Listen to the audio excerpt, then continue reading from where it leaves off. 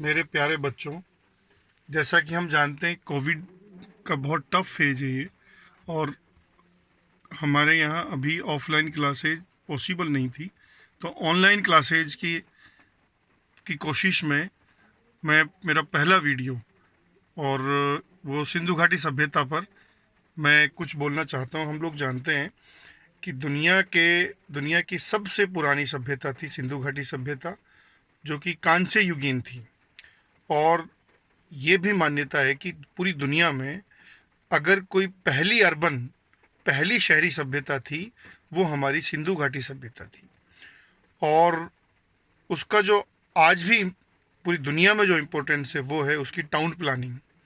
वहाँ जो चौड़ी चौड़ी सड़कें थी, वहाँ जो सफाई से लेकर के बसावट से लेकर के जो जितनी फैसिलिटी थी, जो किसी भी एक शहरी सभ्यता में जो सबसे अच्छी विशेषताएं हो सकती हैं, वो सारी की सारी विशेषताएं उस सिंधु घाटी सभ्यता में थी।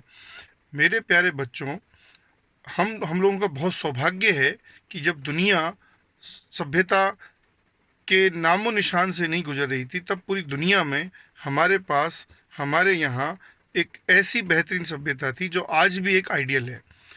मेरे साथियों, आप लोग जब सिंधु घाटी सभ्यता को पढ़ें तो सिंधु घाटी सभ्यता पे जो क्वेश्चंस आते हैं उनमें आएंगे सिंधु घाटी सभ्यता की विशेषताएं, सिंधु घाटी सभ्यता का समाज, सिंधु घाटी सभ्यता की अर्थव्यवस्था, सिंधु घाटी सभ्यता का महत्व, सिंधु घाटी सभ्यता में धर्म, सिंधु घाटी सभ्यता में उसका भौगोलिक विस्तार।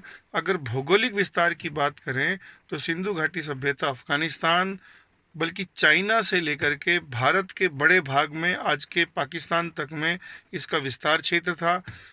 अगर आज के भारत की बात करें हम, तो भारत के 7 राज्यों में इसके मेजर सेंटर्स मिलते हैं हमें, जो कश्मीर, पंजाब, राजस्थान, हरियाणा, फिर हम नीचे आएंगे गुजरात, फिर महाराष्ट्र, ये और इधर उत्तर प्रदेश में हमें मेजर सेंटर्स मिलते हैं।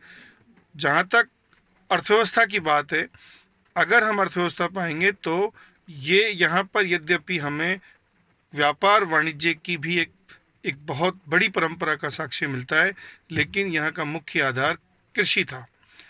प्यारे बच्चों, अगर व्यापार वाणिज्य की बात करें तो भारत सहित बाकी जो विश्व की सभ्यताएं थी, जैसे मेसोपोटामिया से भी यहाँ के व्यापार के साक्ष्य मिलते हैं।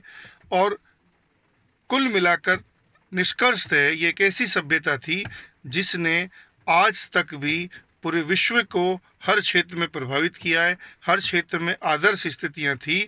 और हमें जब भी सिंधु घाटी सभ्यता को पढ़ें तो इस तरह से पढ़ें कि बहुत सारे सवाल हमेशा, चाहे वो आपके एकेडमिक एग्ज़ाम हो, चाहे फिर हमारे कंपटीशन के एग्ज़ाम हो, सिंधु घाटी सभ्यता से हमेशा सवाल आते हैं। थैंक यू बच्चों।